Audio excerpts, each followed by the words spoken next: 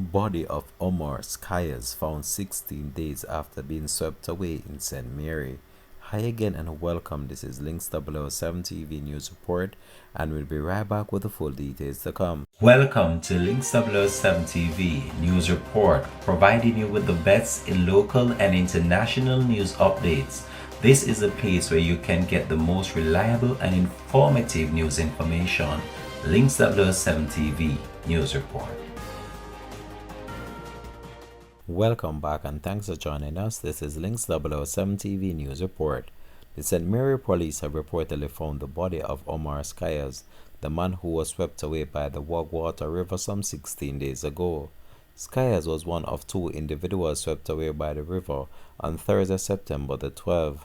The body of Kristen Steele, the woman who was swept away with Skyers, was reportedly found on Saturday, September the 14th. However, head of the St. Mary Police Superintendent Bobette Morgan Simpson informed Links 007 TV News that Skyers' body was recovered on Saturday. It is believed that the body was hidden on the sand near Flint River, where Steele's body was also found. This has been Links 007 TV News Report. Thanks for watching.